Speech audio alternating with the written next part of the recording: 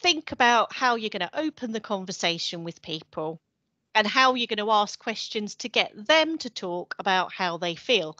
I mean, even though we're doing a brief intervention and we would like them to have their jab, really we're inviting them to talk to us about what they want to talk about. We want to be listening to them first and foremost.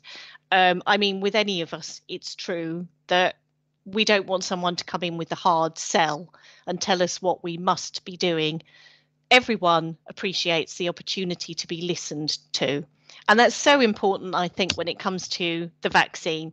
People have been bombarded with information and are being told time and again, you must do this, you must do this. And quite understandably, some people are pretty anxious about it and are not very keen to get vaccinated. And I think we can have sympathy with why they might feel that way. So the real important thing, I think, is that we do make time to listen to people so they feel heard and that their concerns are taken seriously and are listened to. So the first thing is really about, how do you feel? Are you okay? What are you worried about? Talk to me about it. And based on what they come to us with and what we hear, then we can decide what kind of information might really help them. And yeah, think about who your audience is. Who is it that you're talking with today? What kind of experiences might they have had in their lives? What kind of experiences might they have had of health services, which might not always be positive? So what do you think might be helpful for them today? What's worrying them the most? So just some thoughts that, although we're hoping they will go on to have their vaccination, what you're doing when you're being a champion, when you're in this role, is you're more counsellor than salesperson. You are there to help them to feel that they are listened to, that they are valued, and that we're not just going to dismiss their fears. We're not just going to dismiss their views and their experiences. So as I say, this is all quite common sense, but it's quite a nice thing to go through again, to spend some time reflecting on these things. So once we've done the ask bit, how are you doing today? It's helping them to find that information and advice. And if we don't, as this comes back to, if we don't have the printed materials, can we access that information and advice for them, which hopefully you can through the links we've provided, and help them with their questions.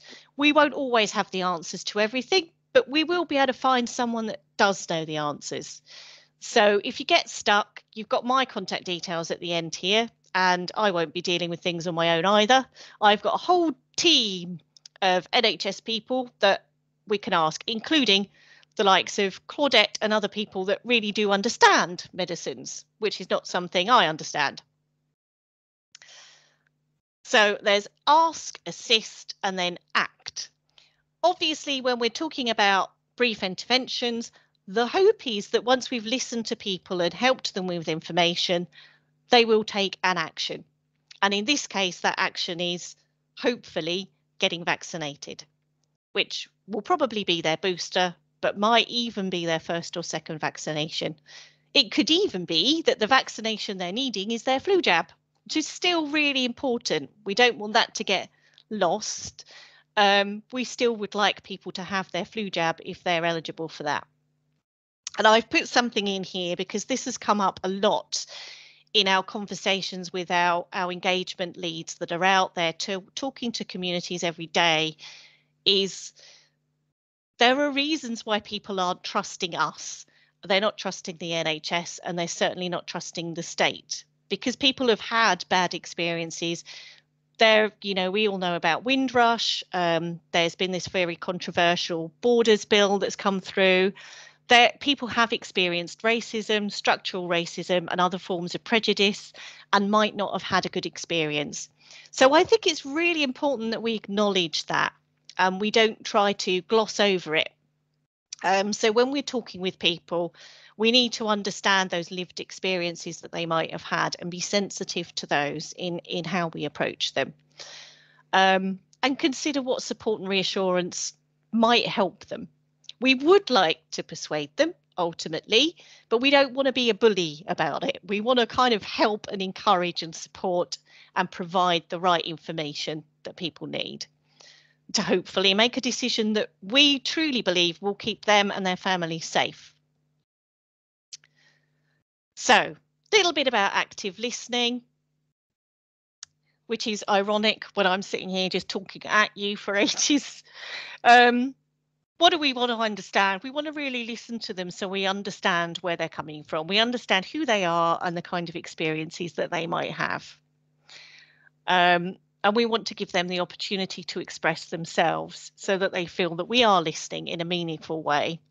And of course, the more we understand where they're coming from, the more we'll be able to give them the right advice that they need right now to hopefully make decisions to improve their health.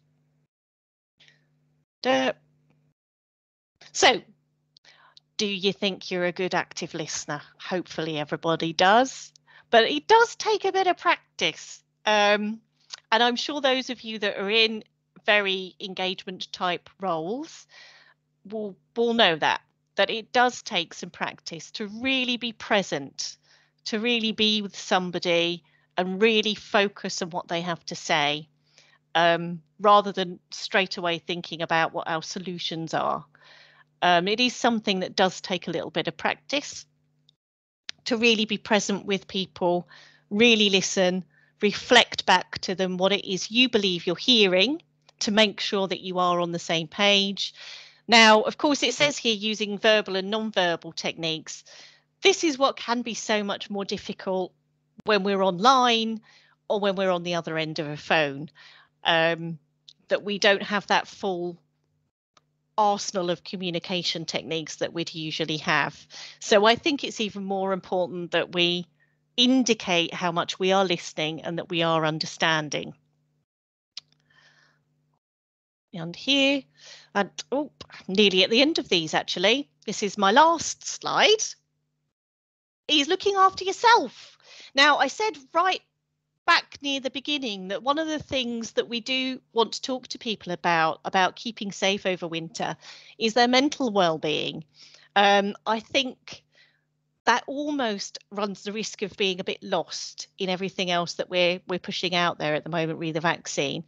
Is mental health or poor mental health is a real big problem. There are an awful lot of people at the moment feeling very low, feeling very anxious, feeling very overwhelmed.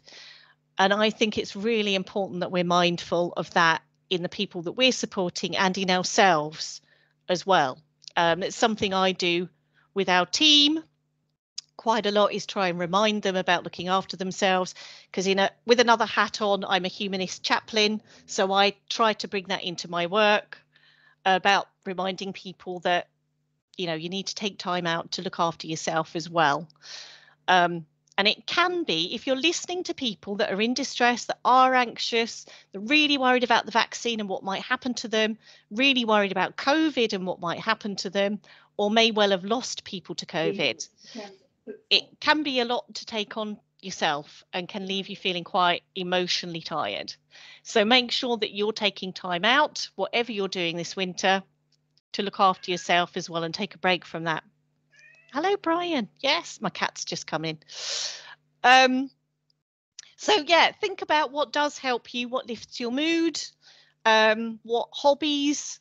For me, it's putting myself into the cold Thames. That really helps me. So I try to make time to do that a couple of times a week, or maybe going for a run or taking a walk in a green space. All of those things, I know they can sound a bit trivial, but they can really help you to just take your mind off all of the stuff that's happening.